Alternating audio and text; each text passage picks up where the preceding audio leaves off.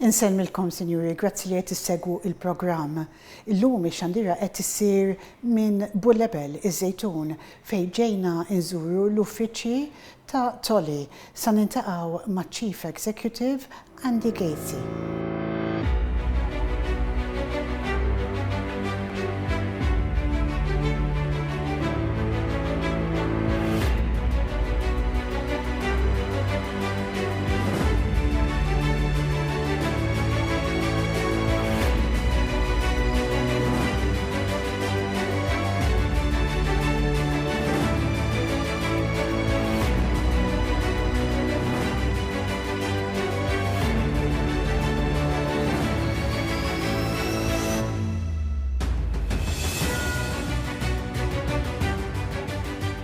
Thank you very much, Andy, for welcoming us to your place of work. It's a pleasure. Happy to be here. Thank you.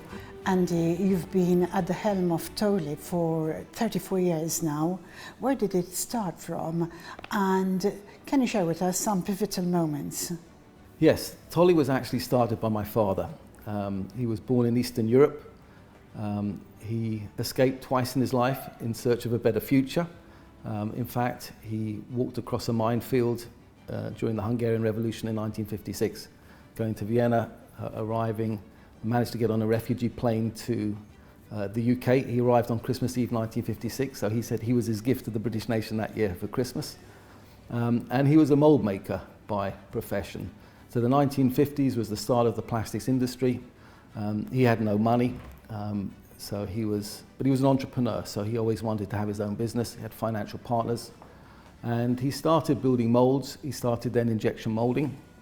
He worked in different industries. So he worked a little bit in the toy industry, cosmetics, jewelry, industrial products. And about the mid-1960s, he started in the beauty industry, which is where we focus on today.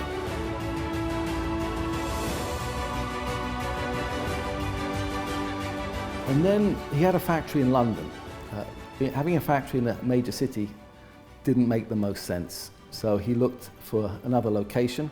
I always say the world was a much bigger place back in the 1960s. He went to Wales, he went to Northern Ireland. His accountant came to Malta and saw that Malta was just became an independent country, because before that it was a British colony. And the government was trying to attract foreign direct investment in manufacturing.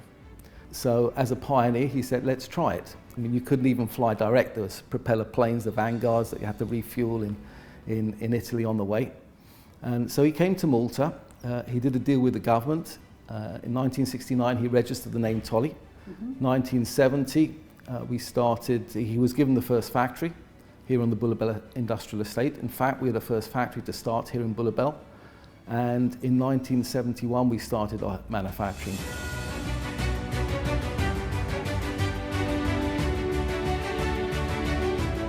Se nagħtu ħarsa issa lejn l-istorja ta' din il-kumpanija Toly. Fis-sena 1956, Dr. Toly Gatesy, produttur tal-odda mill-Ungarija, mar joqgħod fir-Renju Unit. 10 snin wara, fis-sena 1966, huwa waqqaf negozju tal-manifattura tal-odda. Fis-sena 1971 waqqaf Toly Products f'Malta.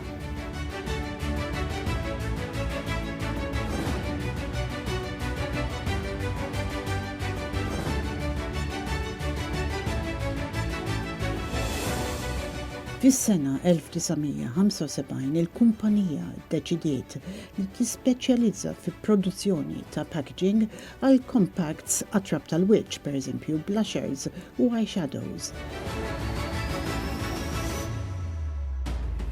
Toly għandi ingħaqad man-negozju fis-sena 1986.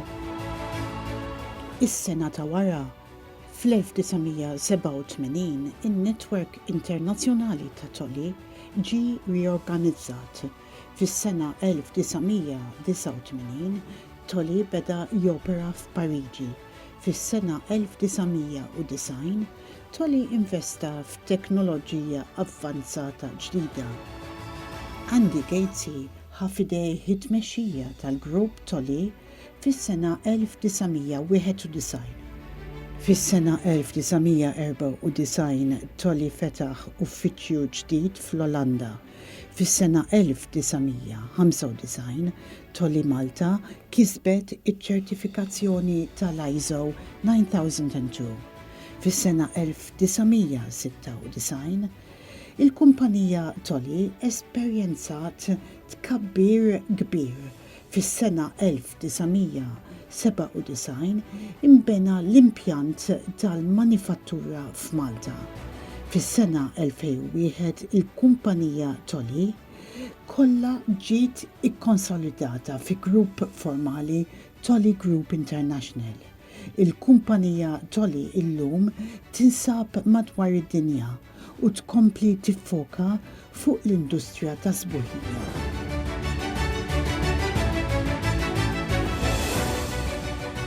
2021 was our 50th anniversary, so we celebrated more than 50 years of successful manufacturing here in Malta. Did you always work with your father? Yes, I did. I always did. I joined, I guess, after I finished university and business school. In fact, it was an interesting story. Just as I started, was probably one of the pivotal moments, because when I joined the company, Toly was a British company with a satellite factory in Malta. Our customers were either British brands or American companies that had manufacturing plants in the UK, Estée Lauder, Revlon, Max Factor. And I remember going to Paris for my mother's 50th birthday for the weekend. We went as a family to celebrate. And we walked into Galeries Lafayette, which is the famous department store, and I saw all of these brands, these French brands, Chanel, Christian Dior, Guerlain, Clarins, as an example, other international brands, and we didn't work with any of them. And I said, we must find a way to work with these brands, but then how do you do that? The brands were predominantly French or American, so I said to my father, let's go into the American market. So we employed an agent for a year to sell our products, and after a year he wrote me a letter and he said, Andy, I give up. I've tried for a year, you'll never sell a product manufactured in Malta in the American market. And I said to my father, I love a challenge. Let's employ our own person, let's start an office. And we did that in 1987, a small one-person office in New Jersey. Today, the US market is our biggest market. Wow. So it's really expanded. And from that office in 1987 in New York, we opened in Paris 2 years later, 1989, Benelux in 1994. And that was the start of our international program, working with the world's international leading brands. Today, we work with 23 of the top 30 beauty brands around the world in the WWD top 100, not just the legacy brands, the big groups like L'Oreal, Unilever, Procter & Gamble, but also the emerging, the influencer brands. Okay. You know, Rihanna's Fenty Beauty, Ariana Grande's REM Beauty, Selena Gomez's Rare Beauty, Sofia Vergara's Totti Beauty. So that was one of the pivotal moments.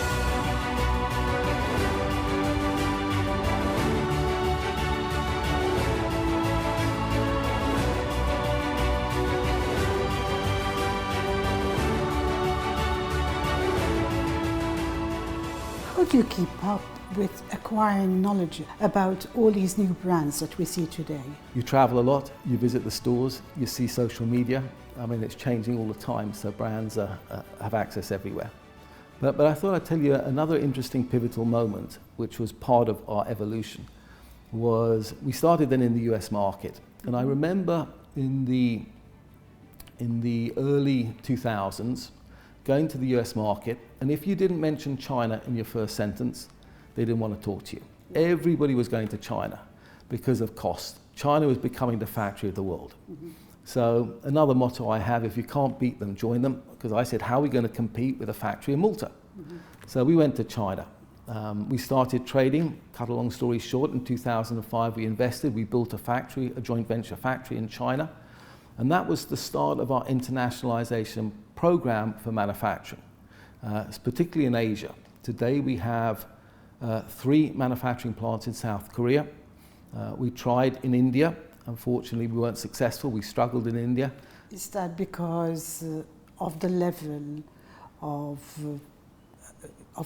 work that they do? No, Isn't it up in to India, scratch, when we or- went there, we were probably 10 or 15 years ahead of our time. The market wasn't big enough. We built a Yes. bespoke factory. We partnered with the leader in the market, but the market wasn't big enough. And then you face the bureaucracy, the politics, the corruption. Yes. And it was a super difficult market. So Yes. when we exited it in 2014 and refocused, actually the next 5 years we doubled our business, so it was a good decision. Today, maybe you'd reconsider, because India today is back on the radar as being a market that's the most populous nation in the world, and it's starting to have a growing middle class. So let's see. You're mentioning China and the US. You were nearly bridging these two countries that are so far apart, really. Here in Malta? You were pivotal, really, here in Malta to do that. Yes, we stayed the course. I mean, Malta changed a lot. When we started in the 70s, what was the industry? It was textile industry. Why? Because it was focused on low cost. Yes. In the 80s, as costs started rising, companies had to decide, would they stay here in Malta or would they leave? And if you stayed, you had to automate.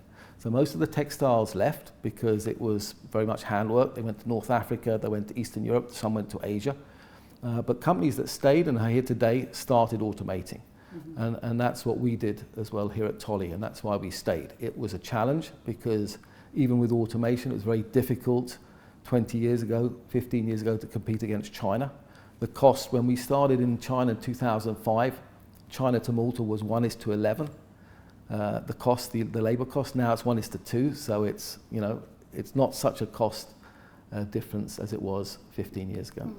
I know we're going to speak about sustainability further on in the interview, but you mentioned your father and plastics. Yes. Obviously, the world has changed a lot now. How did you move away from plastics and eventually use products that are more sustainable? We haven't moved away from plastics, but we've changing the materials that we use. And yeah, a little bit later I'll talk about sustainability because it's a big subject and it's quite interesting. Absolutely, and very relevant, I think, for the way things are changing today. You're very present on social media and speak a lot about agility. How have you created an agile business model that can take the company into the future? Yeah, that's a good question. We've been in business, as I said, 50 years here in Malta, and through that 50 years, Toly has changed.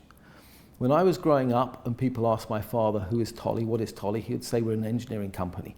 We build molds and we convert plastics.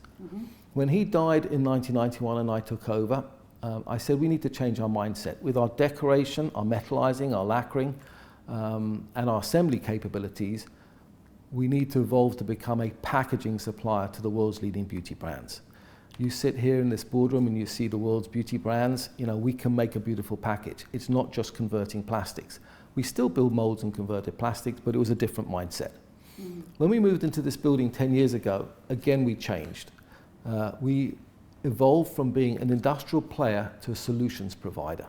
Here in this building, we have makeup artists, beauty bloggers, trends teams, graphics teams. We're doing branding for our customers. We've got concept designers designing for the retailers. We've got innovation engineers applying for patents, all supported by the technical and operations resources. But looking forward, what's interesting is our vision. Our vision here at Toly is to be a platform, a global beauty product development platform. You might ask me, why a platform? Because platforms are agile. Platforms are fast moving, they're fast growing. If you look outside our industry, look at another industry like the taxi industry. Uber is the largest taxi company in the world. They don't own a single taxi, they're a platform. They're connecting a driver to somebody who wants a taxi. And I want Toly to be the Uber of the beauty industry. Not an app on your phone, but a connector. Connecting the world's leading brands, the most innovative brands, the influencer brands to a range of products, capabilities and services. And our platform has 3 pillars. First pillar is global manufacturing. It's clear since COVID that we're moving to a deglobalized world. As I said earlier, China used to be the factory of the world. That's no longer the case. So if you want to be a global leader in our industry and probably in most industries, you need to offer a regional solution. If they're filling products in Asia, we need to manufacture in Asia. And we've managed to do that with our factories in Korea, China, and our partnerships in different Asian countries.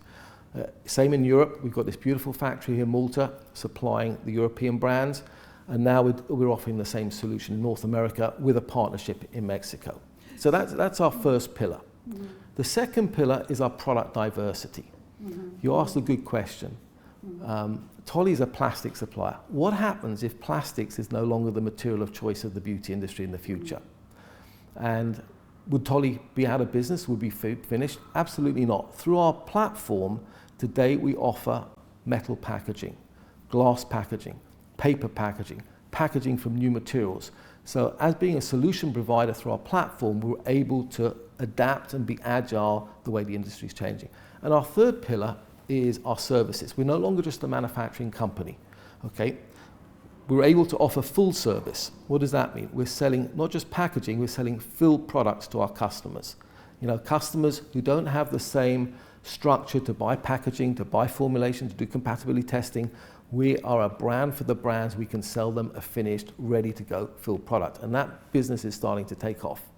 Second service is our branding services. Here we're able to offer our customers branding, market research. We have an audio-visual studio downstairs where we can do videos for them. And the third service, which is probably the most important, is around innovation. We want to be the most innovative company in the beauty industry.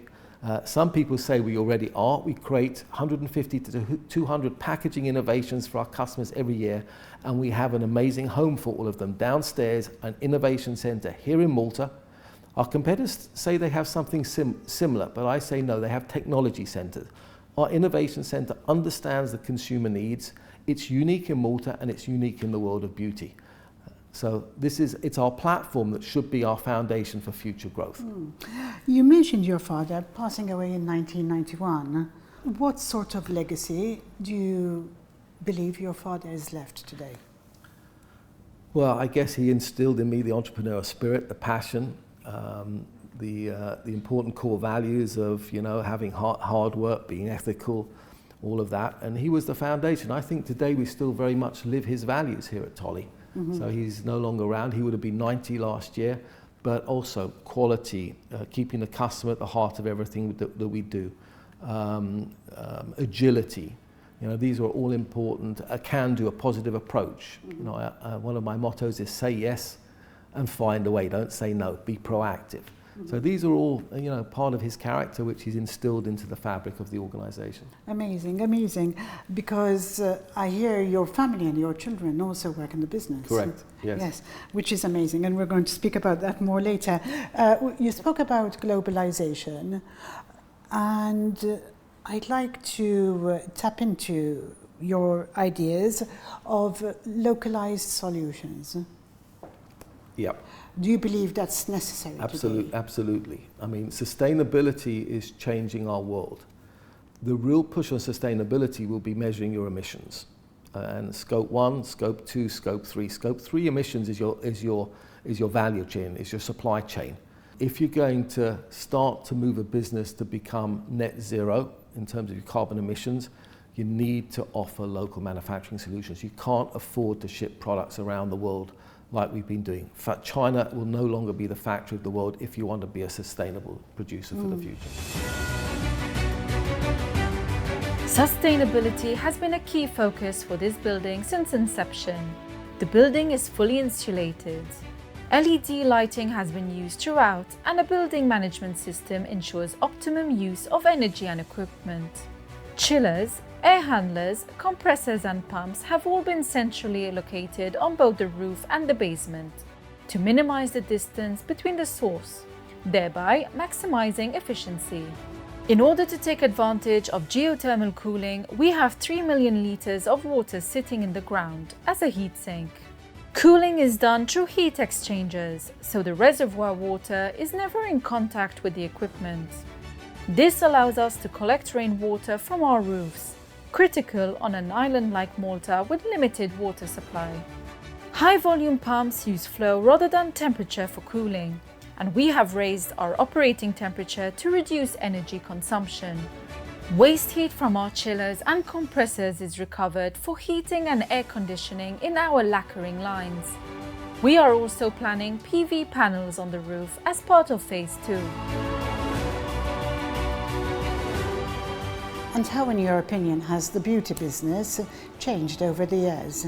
Yeah, the beauty industry has changed completely. 20, 30 years ago, you want to start a brand, okay? So how do you have access to consumers?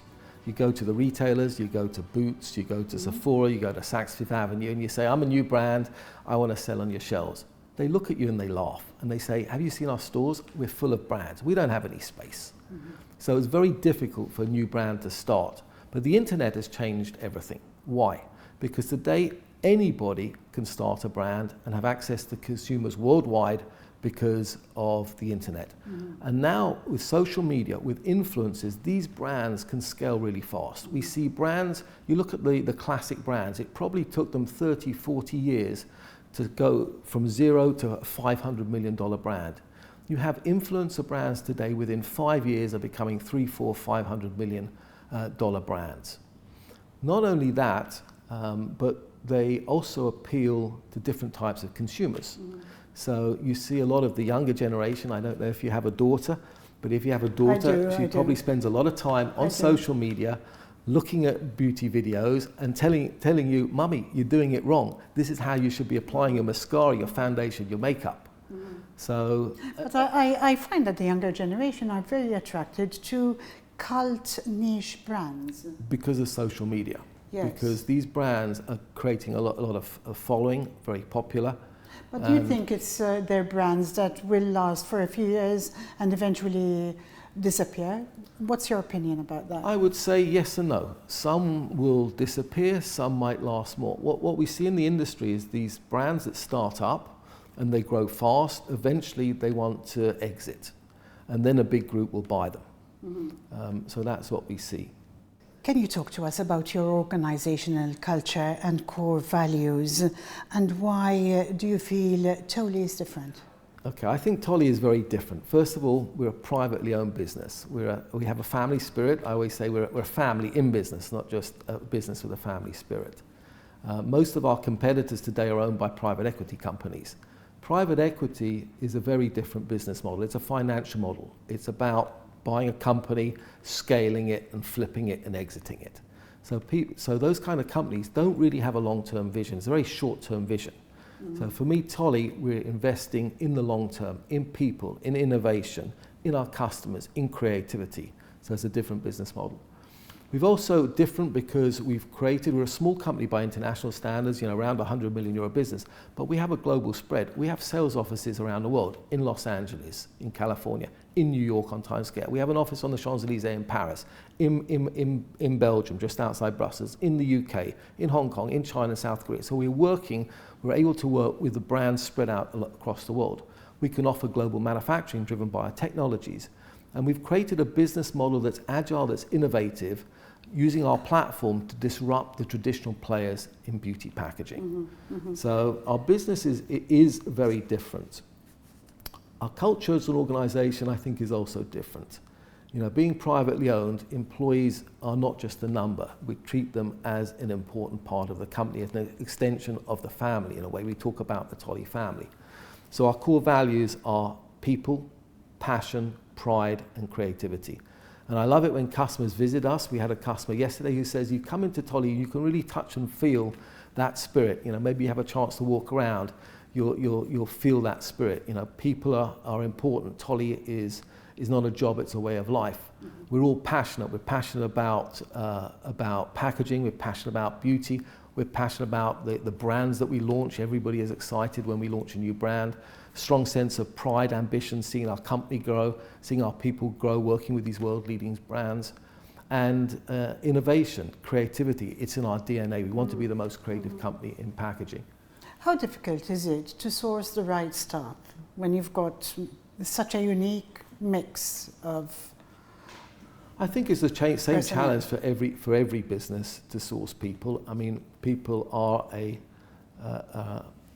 a limited resource today, unfortunately. It's funny, wherever you go in the world, you ask people, you ask companies what is their challenge, and even in China you can't find people. We had a business in southern China, we couldn't find people anymore. You imagine a country like that. So yes, it's important, but I think you need to appeal to the younger generation in terms of what they're looking for. They're looking for a bit more flexibility. They want to be part of a success story. They want to be part of a business that's growing, that has a vision. They want to feel like they can contribute. They're not just a number. So there are a lot of things that you need to do within the culture. I think a culture of gratitude is important. We try and instill that in every year. Around our sales meeting, we open an internal database or an internal system where people can appreciate other people in the organisation. This year we had more than 1,500 appreciations for different people across the organisation. And at the sales meeting, I asked some people to do it live. You know how good it feels when somebody calls you up on stage and does a live appreciation instead of in front of 100, 150 people. So some of these things are really important. May I ask how many staff you have here in Malta and globally? We have about 360, 370 people here in Malta, so we're a reasonably big employer. And I'd say if you add up around the world, which is our facilities and our joint ventures and our manufacturing, it's probably just under 1,000 people. Wow. You mentioned innovation. How does Toly foster a culture of innovation just to keep the company at the forefront? Yeah, innovation today is in our DNA. We have an innovation downstairs. People often ask me, well, how many people do you have doing innovation? And it's funny, my answer is probably all of them, because it comes from everywhere. So we go to a show and our Korean team turn up and they open their suitcase and they've got stuff up their sleeves and they're putting stuff out, and our Asia team does the same, and our paper team and our full service team. So it kind of comes from everywhere. Everybody gets excited about that. Innovation today, I would say, is also 3 pillars. It's around application, it's around dispensing, and it's around sustainability. Why that? Because if we could find a way to apply and dispense products better, then our brands, the customers, will have a better story, a better product for the consumers. And so there's a lot of focus on that, but everything is wrapped around sustainability. So that's one of the big challenges moving forward, and we have a very strong focus on innovation when it comes to sustainability. How tough is your competition globally? It's a global industry and a global business, so I'd say it's tough. We have a lot of competitors coming from Asia. They were super strong when our brands were going to Asia to buy products. As there's this push for reshoring, they're trying to buy Western companies. That's a challenge, because you imagine a Chinese company buying a French or a German company and trying to align the cultures. Absolutely, it ticks a lot of boxes, but it's not so easy to manage.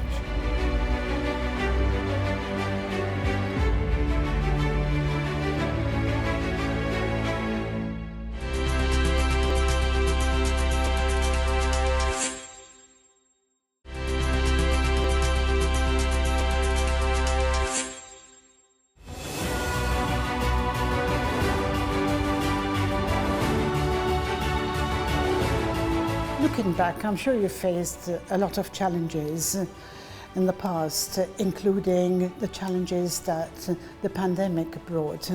How did you deal with the pandemic, for example, and what did you learn from it? Yeah, I've been running this business for 35 years, so we probably had 5 crises. The last one was COVID. So I remember, the team coming, and especially younger employees panicking, is this the end of the world? Is this the end of our industry? Is this the end of our business? My answer was, don't panic, calm down, let's just take a step back, let's focus, because when my father died, the first crisis was the collapse of the ERM, the exchange rate mechanism, where all the currencies went haywire, and we were just in trouble because we were buying in currencies that were appreciating, we were selling in currencies that were depreciating, and actually the devaluation of the Malta pound in 1992 saved our business. Then we had 2 Gulf Wars where people didn't travel, people weren't buying beauty products, and again orders were being cancelled. We had the financial and economic crisis, again was a big issue, and then COVID. I mean, COVID, can you imagine the beauty industry? People staying at home, people wearing masks, that affects the sale of beauty products. Makeup products is a very social activity. If you wear makeup. They did have more time to pamper themselves. It depends on the product. But if you're making lipstick, yes. Who's going to buy a lipstick when you're spending a day with a mask staying at home? So some products, yes, people pampering products, home scents, home candles, things like that were very popular. Maybe skincare routines, yes. But makeup, were there any repercussions to the business?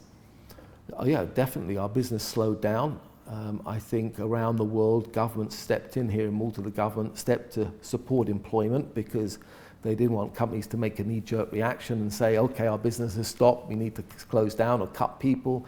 And I think the government here in Malta are very good at that. You know, through the crisis, they said, listen, we know there's going to be a temporary crisis. Let's support companies through that, because after that, they get stronger. And I think that's what I learned. And I'd like to highlight. First of all, if you have a crisis, don't panic. And every crisis, we've taken a step back, we've reinvented ourselves, we've looked at the business differently, we've built a different platform, we've come out stronger. Every year at Toly, we have a motto. And our motto, or our theme for the year, as we came out of COVID, was the one on the wall: playing to win, recover, reinvent, reignite, which is very different from playing not to lose or playing just to stay in the game. A lot of companies after COVID, it was just about survival. And I said we need a different mindset. We need to win. Let's focus upon winning. Very motivational quotes. You've given us a few today already. Yes. What are the challenges of running your business in Malta, and do you believe that you'll always be headquartered in Malta? Yeah, it's a challenge. Malta is an island, but today we're a full member of the European Union, so we're looked upon as an island state, and because of that, we have to follow the European Union rules. Up the road, 60 miles north, is another island. It's Sicily. It's, I don't know, 5-10 times the size, 10 times the population. But in EU rules, it's looked upon as an outermost region, so they can get a lot of state aid, whereas Malta is actually in the worst position.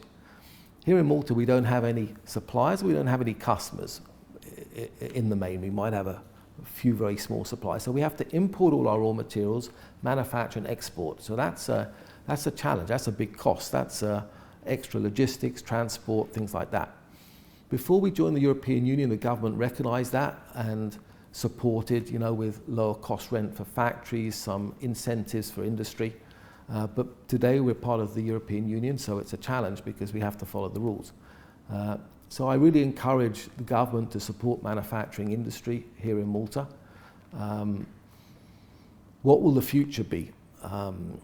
When you think about where are the bottlenecks, Malta is developing fast. I think it's being overdeveloped. Today you sit in the traffic here and you realise how things have changed in 5 or 10 years. Access to resources. Do we have enough people? Do we have the right people? You look, a lot of younger generation are actually leaving Malta. They're being replaced by third-party country nationals coming in for jobs.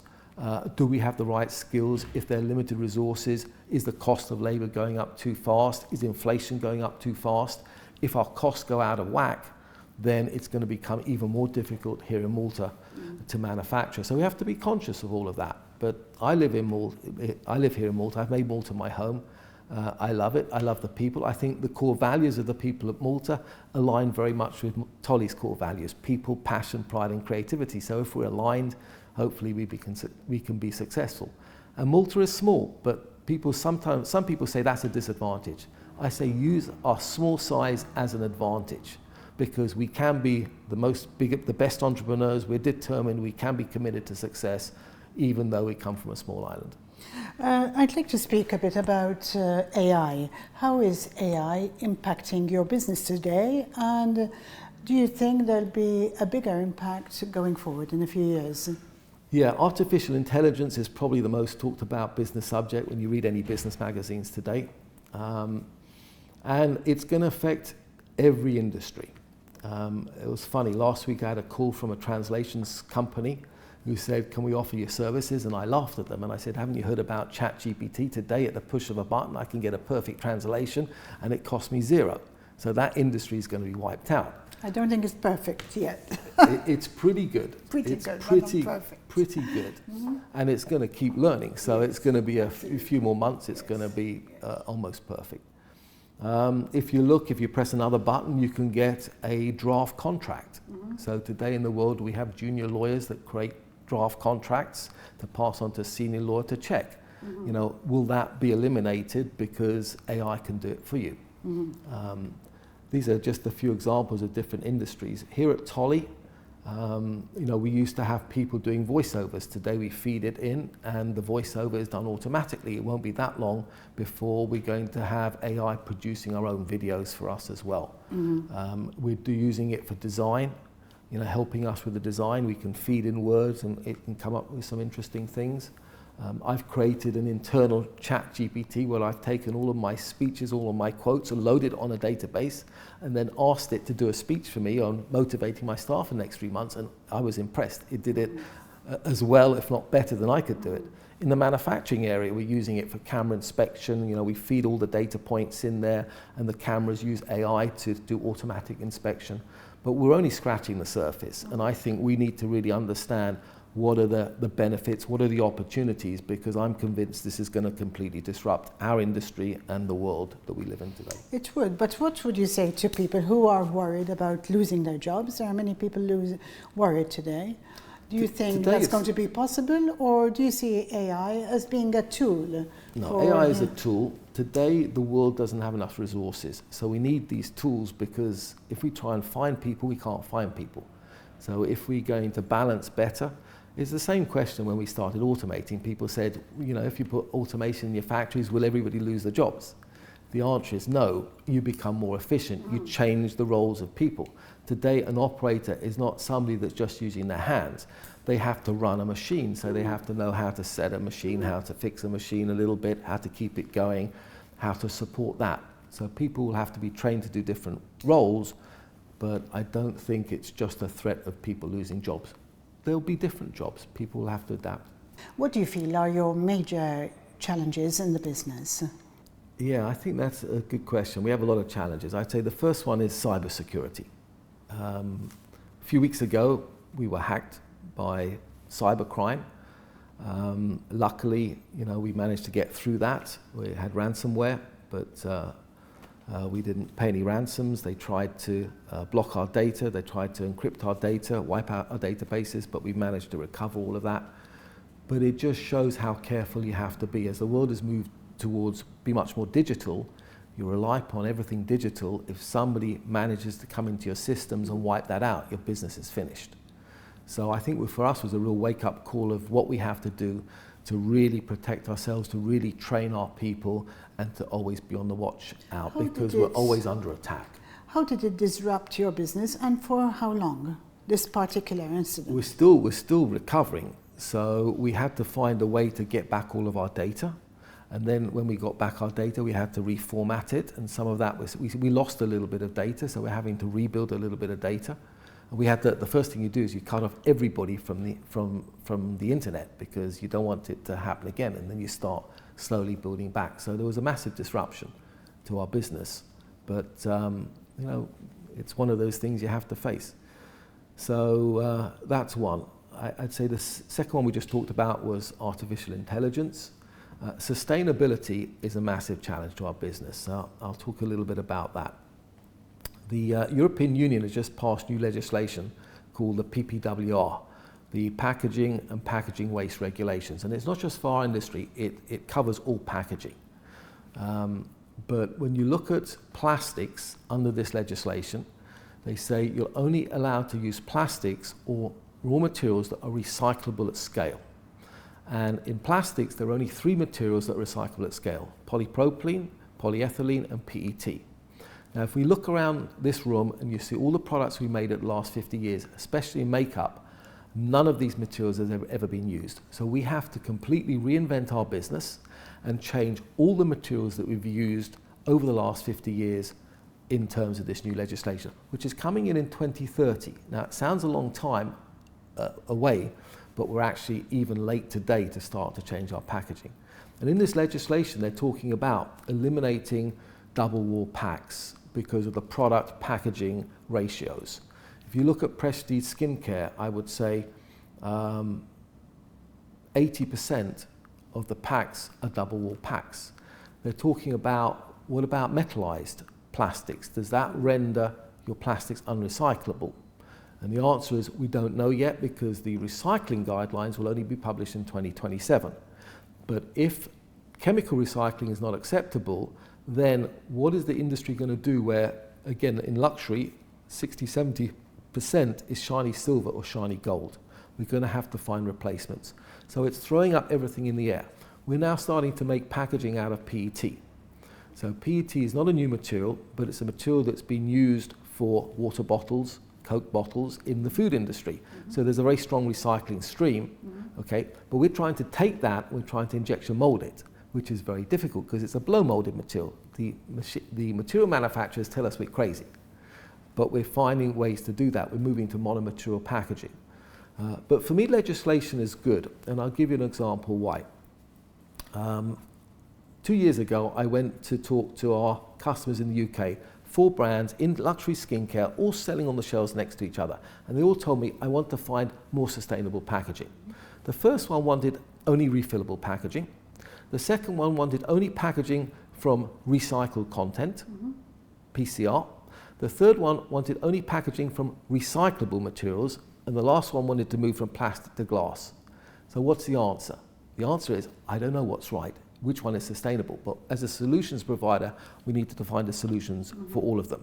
But now with the legislation, it's going to be very clear. Everybody will have to follow the same guidelines and say, this is what we need to do to fit in with the legislation to be sustainable. So to me, it is good, but it's a challenge. So we are reinventing our business. And the other fear that the brands have is everybody follows the same legislation. You've got a brand that sells a product for €8 and a brand that sells a product for €500. Will the packaging look the same? How can we differentiate? How can we show that perceived value? A challenge, but an opportunity for my innovation team to find ways to work on that. So sustainability is a massive challenge, but also a massive opportunity. We have to reinvent our business. I was going to ask you about reefers. What are your views about reefers? The beauty industry, we see a lot already, but do you think it's sustainable? There is refillable packaging and rechargeable packaging. So you might ask me, what's the difference? A refillable packaging is when you take your bottle and you go into the store and they fill up the empty bottle you have in your hand. A rechargeable pack is when you buy a pack and you can pop out the used inner and you can recharge it or refill it with another product.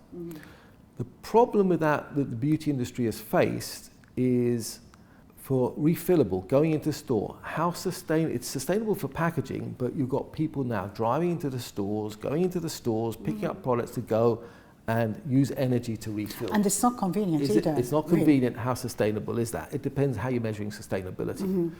When you've got refillable, suddenly you've got a product and a refill, you double the amount of SKUs, the stock keeping units on your display. The beauty brands are finding that very hard to deal with that because it's adds much more complexity to the business. So we're not really sure where it's going to go in terms of refill, but for sure the materials that we use, the way we design packaging, we can be much more sustainable, and the way we run our businesses, we can conserve resources. We built our new factory here in Malta, and with more modern equipment, with PV panels, with geothermal cooling, we doubled the size and halved the amount of electricity that we used. What are the challenges of the succession? Yeah, I was going to come to that. That's probably the other big challenge. So I was 60 in January, so I'm not in the first chapter of my life. I'm entering the last chapter. Hopefully it will be a long chapter, but you never know. And so I started thinking about succession. And I think a lot of companies don't do this well. They stick their head in their sand, they wait for something to happen, and they do it suddenly. So I said, I'm very lucky and proud because I've got 4 kids working together with Dorian and myself here in the business. So my parents started the business, Dorian and myself are part of the exec team, and we've got 4 kids coming through. For me, hopefully 1 or 2 of them will take over the role. I've put them into different positions around the Toly world, but they're all hardworking, entrepreneurial, got a lot of energy, got a lot of vision. And so what I started doing is giving them more responsibility, starting to get them more involved in strategic initiatives, because if we can do that the next 5 years, and I said if I get to 65 and then maybe step down as CEO and stay as executive chairman, give somebody the opportunity, but we've got 5 years to handle that transition, which I think is super important. As I said, a lot of companies don't manage that very well. Do you find it hard to let go? And do you feel sad about it? If you asked me 20 years ago, I'd probably say yes. Today, I think, no, in my mind, I've accepted that, you know, I've got super smart kids or super smart employees that can, some areas, do a better job than I can. I need to give them the guidance and get them involved in the details. I think the other advantage of passing over the CEO and becoming an executive chairman is that I can do the things I like, not the things I have to do. So there's an opportunity there as well. Your wife has been part of this success story. Absolutely. How has it been working together? It's been very good. I mean, I travel a lot, and if we didn't work together, we wouldn't be able to see each other very much. So traveling together is great. You know, bringing up a family with the same vision and the same passion has been fantastic. And I think we make a good team. We complement each other. We have different skills. So she's a great networker. She's got a great vision. She thinks ahead of a lot of people in the industry. So she's really taken our marketing to a different level and supported our creative side of our business.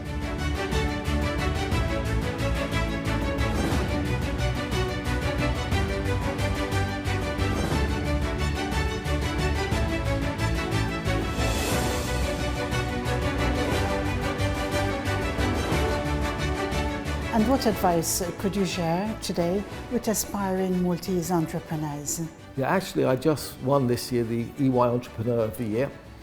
And they asked me that same question, and I said I would categorize it into 5 key areas. First of all, passion. You've got to be passionate about what you do because you spend so much time doing that. The second one is courage. You've got to have courage. You've got to be bold. You've got to be persistent. Never give up. My father always taught me that if the door is closed, climb through the window, and if the window is closed, then find a way to come down through the chimney. The third area is around strategy. I love Michael Porter's advice. He's probably the best Harvard business guru, and he says, don't compete to be the best. Instead, compete to be unique, compete to be different. And to be different, you've got to think different. The fourth one is around teamwork. There's an African proverb that says, if you want to go fast, go alone, but if you want to go far, then go together. In other words, surround yourself with like-minded people that have the same vision, that have the same energy, that are going to follow you, going to support you in your growth journey. And the last one I would say is love. Love what you do. Love who you do it with, your team. Love who you do it with for your customers, because if you love your business just a little bit more than your competitors, then for sure you'll win. And I think my final word is what our motto here is at Toly. The future is not an upgrade of the present. Instead, it's an invitation or an opportunity to think in a completely different way. And that's what we're trying to do here at Toly. Be different, think different for a sustainable future.